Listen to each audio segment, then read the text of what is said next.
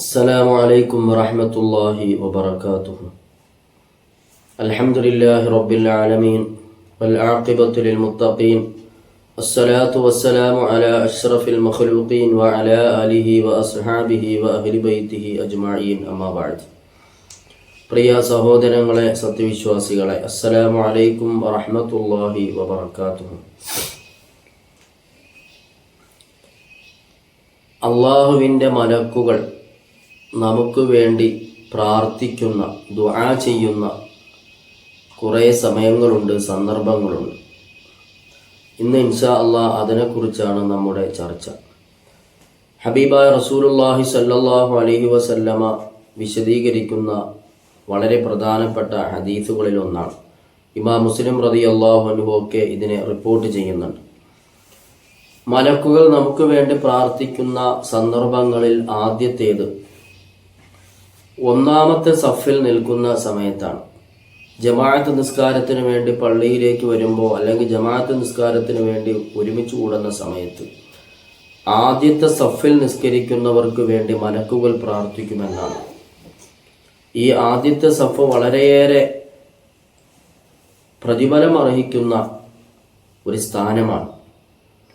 നബി സല്ലല്ലാഹു അലൈഹി വസല്ലമ പറഞ്ഞിട്ടുണ്ട്, ഒന്നാമത്തെ സഫിൽ, ആദ്യത്തെ സഫിൽ ഇമാമിന്റെ തൊട്ടു പിന്നിലായി നിന്ന് നിസ്കരിക്കുന്നതിന്റെ പ്രതിഫലമെങ്ങാനും നിങ്ങൾ അറിഞ്ഞിരുന്നു എങ്കിൽ ആ ഒന്നാമത്തെ സഫിൽ നിൽക്കുവാൻ നിങ്ങൾ മത്സരിക്കുമായിരുന്നു എന്ന് ശഫീഉന റസൂലുള്ളാഹി സ്വല്ലല്ലാഹു അലൈഹി വസല്ലമ സഹാബികളോട് പറഞ്ഞിട്ടുണ്ടായിരുന്നു.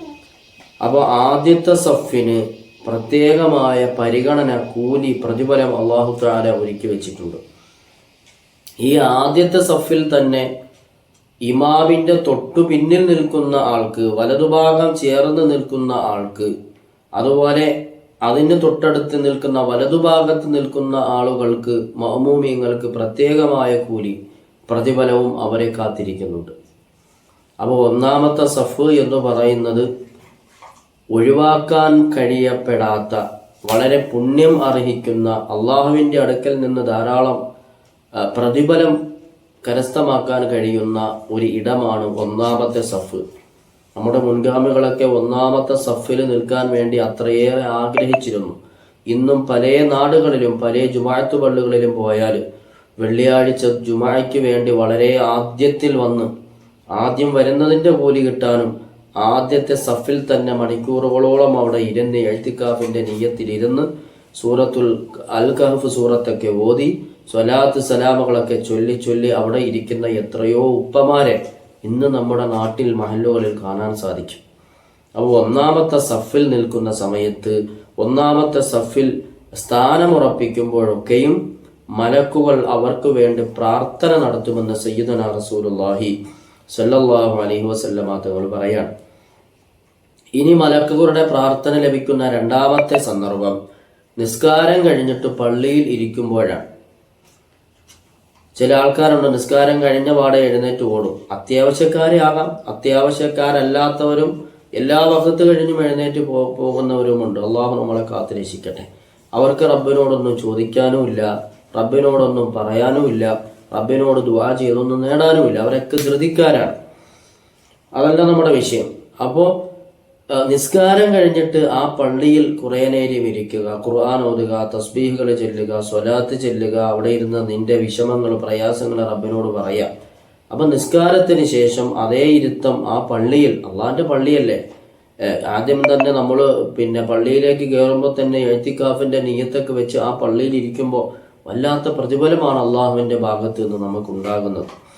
കാരണം മസ്ജിദുകൾ, സുജൂദ് ചെയ്യുന്ന സ്ഥാനം, പള്ളികൾ എന്ന് പറയുന്നത് അത് അള്ളാഹുവിൻ്റെതാണ്, അള്ളാഹുവിന് വേണ്ടി വഖഫ് ചെയ്യപ്പെട്ട സ്ഥലങ്ങളാണ്. അതുകൊണ്ട് പ്രിയപ്പെട്ട സഹോദരങ്ങളെ, സത്യവിശ്വാസികളെ, നിസ്കാരം കഴിഞ്ഞ് പള്ളിയിൽ ഇരിക്കുന്ന സമയമൊക്കെയും ആ മലക്കുകൾ നമുക്ക് വേണ്ടി പ്രാർത്ഥന നടത്തുകയാണ്. കാരണം അള്ളാഹുവിൻ്റെ പള്ളികളിൽ എപ്പോഴും മലക്കുകളുടെ സാന്നിധ്യമുണ്ട് എന്ന് നാം പഠിച്ചിട്ടുള്ളവരാണ്. അപ്പോൾ നിസ്കാരം കഴിഞ്ഞിട്ട് ദുന്യവിയായ സംസാരങ്ങളോ മറ്റ് ഒച്ചപ്പാടുകളോ ബഹളങ്ങളോ മൊബൈലിൽ കളിയോ ഒന്നുമില്ലാതെ അവിടെ ഇരുന്നിട്ട് ദിക്റോ സ്വലാത്തോ ഖുർആനോ മറ്റ് എന്തെങ്കിലുമൊക്കെ നന്മകളൊക്കെ മറ്റൊരാൾക്ക് ഇൽമു പറഞ്ഞു കൊടുക്കുകയാണെങ്കിലും ഒക്കെ ആ സമയത്തൊക്കെയും മലക്കുകൾ അവർക്ക് വേണ്ടി ആ പള്ളിയിൽ നിലകൊള്ളുന്ന സമയം വരെയും മലക്കുകൾ അവർക്ക് വേണ്ടി ദുആ ചെയ്യുമെന്ന്, പ്രാർത്ഥിക്കുമെന്ന് സയ്യിദുനാ റസൂലുള്ളാഹി സ്വല്ലല്ലാഹു അലൈഹി വസല്ലമ തങ്ങൾ നമ്മളെ പഠിപ്പിക്കുന്നു. മൂന്നാമത് മലക്കുകളുടെ പ്രാർത്ഥന നമുക്ക് ലഭിക്കുന്ന മൂന്നാമത്തെ സന്ദർഭം രോഗിയെ സന്ദർശിക്കുന്ന സമയത്താണ്. അത് സന്ദർശനം നടത്തുന്ന ആ സമയത്ത് മാത്രമല്ല, ഇപ്പോൾ കിലോമീറ്ററുകൾ സഞ്ചരിച്ച് നമ്മൾ ഒരു രോഗിയെ കാണാൻ പോവുകയാണ്. ഇപ്പോൾ ഉദാഹരണത്തിന് വയനാടുള്ള ഒരു വ്യക്തി അല്ലെങ്കിൽ കോഴിക്കോടുള്ള ഒരു വ്യക്തി എറണാകുളത്തോ തിരുവനന്തപുരത്തോ അല്ലെങ്കിൽ കാസർഗോഡോ ഉള്ള ഒരു രോഗിയെ സന്ദർശിക്കുന്നതിന് വേണ്ടി പുറപ്പെടുകയാണ്. അപ്പോൾ അത് നിയ്യത്താക്കി വീട്ടിൽ നിന്ന് പുറപ്പെടുന്നത് മുതൽ ആ രോഗിയെ സന്ദർശിച്ച് തിരിച്ചു വീട്ടിലെത്തുന്നത് വരെയും ആ ഒരു നിയ്യത്തിൽ മാത്രമാണ് പോകുന്നത് എങ്കിൽ ആ സമയം വരെയും മലക്കുകളുടെ പ്രാർത്ഥന അതിനുണ്ട് എന്നാണ്. മാഷാ അല്ലാഹ്, എത്ര വലിയ പ്രതിഫലമാണ് അള്ളാഹു നമുക്ക് വേണ്ടി ഒരുക്കിയിട്ടുള്ളത്. അപ്പോൾ രോഗിയെ സന്ദർശിക്കൽ വലിയ പുണ്യമുള്ള ഇബാദത്താണ്. നബി സല്ലല്ലാഹു അലൈഹി വസല്ലമ തങ്ങൾ ഒരു മുസ്ലിം മറ്റൊരു മുസ്ലിമിനോട് പാലിക്കപ്പെടേണ്ടുന്ന കടമകളിൽ, കടപ്പാടുകളിൽ വളരെ പ്രധാനമായിട്ട് എണ്ണിയതും പിന്നെ രോഗിയായാൽ സന്ദർശിക്കുക എന്നുള്ളതാണ്. അപ്പോൾ അതിന് ഒരുപാട് നേട്ടങ്ങളുണ്ട്. ഇസ്ലാമിൻ്റെ വലിയ ശത്രുവായിരുന്ന അബൂജഹൽ പനിപിടിച്ച് കിടന്നപ്പോൾ പോലും നബി സല്ലല്ലാഹു അലൈഹി വസല്ലമ സന്ദർശിക്കാൻ പോയിട്ടുണ്ട്.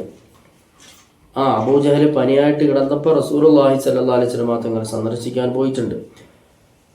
അപ്പോൾ അത് അവിശ്വാസിയായിരുന്നിട്ട് പോലും, ഇസ്ലാമിൻ്റെ കൊടിയ ശത്രുവായിരുന്നിട്ട് പോലും അള്ളാഹിൻ്റെ റസൂല് ആ മാതൃക ലോകത്തിൻ്റെ മുമ്പിൽ കാട്ടിത്തന്നിട്ടുണ്ട്. അപ്പോൾ ഒരു മുഅ്മിനായ അല്ലെങ്കിൽ ഒരു രോഗിയെ, ഏത് മതക്കാരനും ആയിക്കൊള്ളട്ടെ, അതിന് കൂലിയുണ്ട്. അപ്പോൾ രോഗിയെ സന്ദർശിക്കപ്പെടുന്ന സമയത്തൊക്കെയും, സന്ദർശിക്കാൻ പുറപ്പെടുന്ന സമയം തിരിച്ചെത്തുന്ന സമയം വരെയും മലക്കുകളുടെ പ്രാർത്ഥന അവന് ലഭിക്കുമെന്ന് ശഫീഉനാ റസൂലുള്ളാഹി സ്വല്ലല്ലാഹു അലൈഹി വസല്ലമ തങ്ങൾ പറയാം. അള്ളാഹുവിൻ്റെ മലക്കുകളുടെ പ്രാർത്ഥന കിട്ടുന്ന നാലാമത്തെ സന്ദർഭം ഒരു സഹോദരനെ സന്ദർശിക്കാൻ പോകും. രോഗമായി കിടന്നിട്ടല്ല എന്ന് പറഞ്ഞാൽ കുടുംബബന്ധം ചേർക്കലാണ്. കുറേ നാളായി നമ്മുടെ പരിചയക്കാരനെ അല്ലെങ്കിൽ നമ്മുടെ കുടുംബത്തിൽപ്പെട്ട ഒരാളെ കണ്ടിട്ട് കുറേ വർഷങ്ങളായി അല്ലെങ്കിൽ കുറേ നാളുകളായി, ഏറെ ദിവസങ്ങളായി. അപ്പോൾ അവനെ ഒന്ന് ആ ബന്ധം പുതുക്കുന്നതിന് വേണ്ടി പുറപ്പെടുന്ന സമയത്ത് പോയിട്ട് തിരിച്ചു വന്ന് ആ ബന്ധങ്ങളൊക്കെ പുതുക്കി ഊഷ്മളമായ ആ ഒരു ഊഷ്മളമായ ബന്ധം ഉറപ്പുവരുത്തി തിരിച്ചു വരുന്നത് വരെയും മലക്കുകളുടെ പ്രാർത്ഥന അവനുണ്ടാകുമെന്ന് സയ്യിദുനാ റസൂലുള്ളാഹി സ്വല്ലല്ലാഹു അലൈഹി വസല്ലം തങ്ങൾ പറയാൻ. അപ്പോൾ ഒരു ബന്ധങ്ങളും നിസ്സാരമല്ല. തൻ്റെ സഹോദരനെ, കൂട്ടുകാരനെ, അയൽവാസിയെ, അല്ലെങ്കിൽ നേരത്തെ പരിചയമുണ്ട്, ഇപ്പോൾ കുറേ നാളായി കണ്ടിട്ട്, അല്ലെങ്കിൽ നേരത്തെ നമ്മുടെ വീടിൻ്റെ അടുത്ത് താമസിച്ചിരുന്ന അയൽവാസികൾ താമസം മാറിപ്പോയതാണ്. 2-3 വർഷം അല്ലെങ്കിൽ 4-5 വർഷങ്ങൾക്ക് ശേഷം അവരെ കാണാൻ പോവാൻ അള്ളാഹുവിൻ്റെ തൃപ്തി ഉദ്ദേശിച്ചാണ് ആ ബന്ധത്തിൻ്റെ ആഴം മനസ്സിലാക്കിയിട്ട് അവനെ സന്ദർശിക്കാൻ പോകുന്നത് എങ്കിൽ തീർച്ചയായും തിരിച്ചെത്തുന്നത് വരെയും അള്ളാഹുവിൻ്റെ പ്രാർത്ഥന ലഭിക്കുന്ന സമയങ്ങളാണ് നിന്നെ കാത്തിരിക്കുന്നത് എന്ന് ശഫീഉനാ റസൂലുള്ളാഹി സ്വല്ലല്ലാഹു അലൈഹി വസല്ലമ പറയാം. മലക്കുകളുടെ പ്രാർത്ഥന ലഭിക്കുന്ന അടുത്ത സന്ദർഭം മറ്റൊരാൾക്ക് വേണ്ടിയിട്ട് അയാളുടെ അസാന്നിധ്യത്തിൽ, അയാളുടെ അഭാവത്തിൽ ദുആ ചെയ്യുമ്പോഴാണ്. എന്ന് പറഞ്ഞാൽ, എന്നോടൊരാൾ ദുആ വസിയത്ത് ചെയ്തു അല്ലെങ്കിൽ ചെയ്തിട്ടില്ല, അവൻ്റെ എന്തോ ഒരു ആവശ്യം അറിഞ്ഞിട്ട് ഞാൻ ദുആരക്കാൻ, അവൻ എൻ്റെ മുമ്പിലില്ല, ഞാൻ ദുആ ചെയ്യുന്നത് അവൻ അറിയുന്നുമില്ല, അങ്ങനെയുള്ളൊരു പ്രാർത്ഥന. ഉദാഹരണം, ഇപ്പം നമുക്ക് പറയാൻ പറ്റുന്ന ഉദാഹരണം, ഫലസ്തീനിലെ ഗസയിലെ പാവപ്പെട്ട മുസ്ലിമീങ്ങൾ ജൂതന്മാരുടെ ഉപദ്രവങ്ങളേറ്റിട്ട് പട്ടിണിയും പരിവട്ടവുമായി കാത്തുകിടക്കുന്ന, ഒരു നേരത്തെ അന്നത്തിനു വേണ്ടി കഷ്ടപ്പെടുന്ന പ്രിയപ്പെട്ട ഫലസ്തീനികൾക്ക് വേണ്ടി നമ്മൾ അവരെ അറിയുന്നില്ല, അവർ നമ്മളെയും അറിയുന്നില്ല. റബ്ബിനോട് മനമുരുകിയിട്ട് നമ്മൾ പ്രാർത്ഥന നടത്തുന്ന സമയങ്ങളിലൊക്കെയും റബ്ബിൻ്റെ മലക്കുകൾ നമുക്ക് വേണ്ടി പ്രാർത്ഥിക്കുകയാണ്. അപ്പോൾ ഒരാളുടെ അസാന്നിധ്യത്തിൽ, അഭാവത്തിൽ അദ്ദേഹത്തിന് വേണ്ടിയുള്ള പ്രാർത്ഥന. ഇനി മറ്റൊരു ഉദാഹരണം, എൻ്റെ ഒരു കൂട്ടുകാരൻ ഗൾഫിലുണ്ടെന്ന് കരുതുക. അവനറിയാതെ, അള്ളാഹുവേ അവൻ്റെ ജോലിയിൽ, അവൻ്റെ ഇടപാടുകളിൽ, അവൻ്റെ ബിസിനസ്സുകളിലൊക്കെ നീ ബറക്കത്ത് ചെയ്യണേ, അവൻ്റെ കുടുംബത്തിനെ നീ ഏറ്റെടുക്കണേ, അവനെ നീ ആയുസ് നീട്ടിക്കൊടുക്കണേ, ഇങ്ങനെ ദ്വാരക്കുകയാണ്. അല്ലെങ്കിൽ എൻ്റെ ഏറ്റവും അടുത്ത കൂട്ടുകാർ, അല്ലെങ്കിൽ എൻ്റെ അയൽവാസികൾ, അവരറിയാതെ അവർക്ക് വേണ്ടിയിട്ട് നമ്മൾ ദുആ ചെയ്യാണ്. അപ്പോൾ അള്ളാഹുവിൻ്റെ മലക്കുകളുടെ പ്രാർത്ഥന നമുക്ക് ലഭിക്കും എന്ന് മാത്രമല്ല, നമ്മൾ മറ്റൊരാൾക്ക് വേണ്ടി ദുആ ചെയ്യുമ്പോഴൊക്കെയും അവരുടെ ആവശ്യങ്ങളോടൊപ്പം തന്നെ നമ്മുടെ മറ്റ് ആവശ്യങ്ങളെയും അല്ലാഹു സുബ്ഹാനഹു വ തആല നടത്തിത്തരുമെന്ന് ഷഫീഉനാ റസൂലുള്ളാഹി സ്വല്ലല്ലാഹു അലൈഹി വസല്ലമ തങ്ങൾ പറഞ്ഞിട്ടുണ്ട്. അത് വലിയ പ്രാർത്ഥനയാണ്. കാരണം നമ്മൾ അവനിൽ നിന്നുള്ള ഒരു നല്ല വാക്ക് പ്രതീക്ഷിച്ചിട്ടോ അല്ലെങ്കിൽ അവനിൽ നിന്ന് എന്തെങ്കിലും നേടിയെടുക്കാൻ വേണ്ടിയോട്ടോ അങ്ങനെയൊന്നുമുള്ള ഒരു പ്രാർത്ഥനയല്ലല്ലോ. അവൻ അറിയാതെ ആത്മാർത്ഥമായി നമ്മിൽ നിന്ന് ഉണ്ടാകുന്ന ദുആയാണത്, പ്രാർത്ഥനയാണ്. അതുകൊണ്ടാണ് മലക്കുകളുടെ പ്രാർത്ഥനയും അവന് വേണ്ടി ദുആ ചെയ്യുന്നതിന് തുല്യമായ പ്രാർത്ഥനയും നമുക്ക് ലഭിക്കും എന്ന് നബി സല്ലല്ലാഹു അലൈഹി വസല്ലമ പറഞ്ഞത് അതുകൊണ്ടാണ്. പിന്നെ മലക്കുകളുടെ പ്രാർത്ഥന നമുക്ക് ലഭിക്കുന്ന അടുത്ത സന്ദർഭം മറ്റൊരാൾക്ക് നന്മ പറഞ്ഞു കൊടുക്കുമ്പോഴാണ്. മാഷാ അല്ലാഹ്, വലിയ പ്രതിഫലമാണ്. ഒരാൾ ഏറ്റവും ഷോർട്ടായിട്ടുള്ള ചെറിയ ഒരു ഉദാഹരണം പറഞ്ഞാൽ, നമ്മൾ ഏതെങ്കിലും പീഡികത്തിണ്ണയിലിരിക്കുമ്പോൾ അല്ലെങ്കിൽ വഴിയുടെ സൈഡിൽ നിൽക്കുന്ന സമയത്ത്, റോഡ് സൈഡിൽ നിൽക്കുന്ന സമയത്ത് ഒരാൾ വന്നിട്ട് ഇന്ന സ്ഥലത്തേക്ക് പോകാനുള്ള വഴി ഏതാണ് എന്ന് ചോദിച്ചാൽ, അപ്പോൾ അവനോട് നന്മ ഉപദേശിച്ച് ഇന്ന സ്ഥലത്തേക്കാണ് നീ പോകേണ്ടത്, ഇത്ര കിലോമീറ്റർ ഉണ്ടാവും എന്ന് പറയുന്നത് പോലും മലക്കുകളുടെ പ്രാർത്ഥന കിട്ടുന്നതിൻ്റെ സബബാണ് എന്ന് നബി സല്ലല്ലാഹു അലൈഹി വസല്ലം പഠിപ്പിക്കുകയാണ്. അപ്പൊ ചെറിയ ഒരു ഉപദേശം കൊടുക്കൽ പോലും മറ്റുള്ളവർക്ക് നന്മ പകർന്നു നൽകുക എന്നുള്ളത്. അപ്പോൾ യഥാർത്ഥത്തിൽ നമ്മളെയൊക്കെ ഇൽമു പകർന്നു തന്ന ഉസ്താദുമാർക്കൊക്കെ നിരന്തരമായി മലക്കുകളുടെ പ്രാർത്ഥനയാണ്.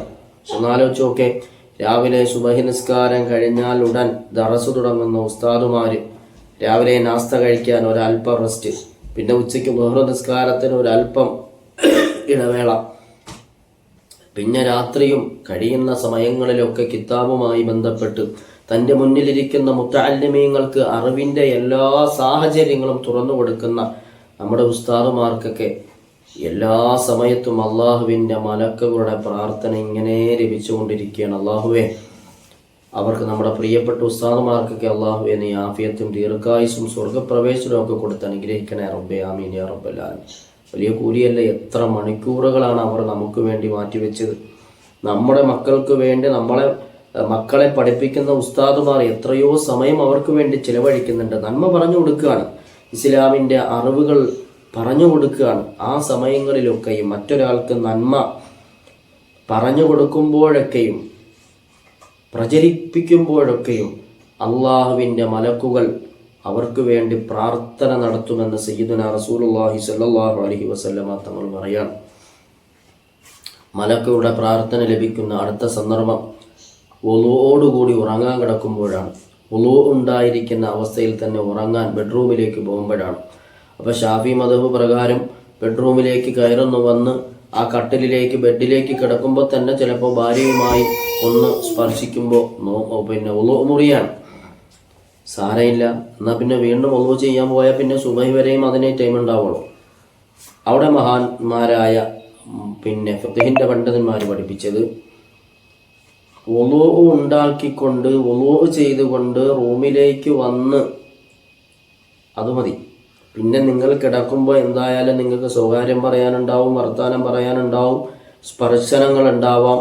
ആ സമയത്തൊക്കെ വുളൂ മുറിഞ്ഞോട്ടെ, എന്നാലും പ്രഭാതം വരെയും ആ വുളൂ നിലനിർത്തിയ കൂലി അല്ലാഹു തആല നിങ്ങൾക്ക് തരുമെന്നാണ്. എന്തുകൊണ്ട്?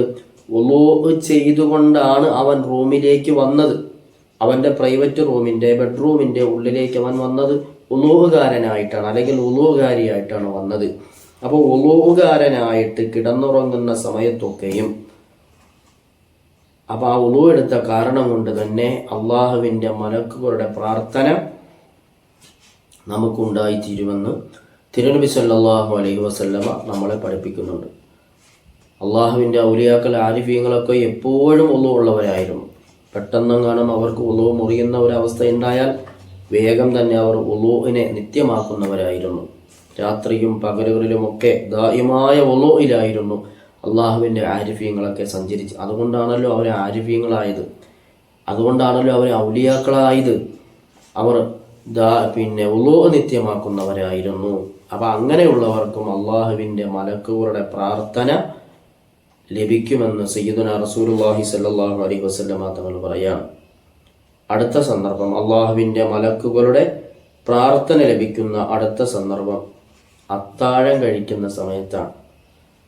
അത് പിന്നെ റമദാനിൻ്റെ നോമ്പിന് മാത്രമല്ല, സുന്നത്ത് നോമ്പ് വ്യാഴവും തിങ്കളും സുന്നത്ത് നോമ്പ് എടുക്കുന്നവരുണ്ട്, അയ്യാമുൽ ബീദിൻ്റെ സുന്നത്ത് നോമ്പ് എടുക്കുന്നവരുണ്ട്.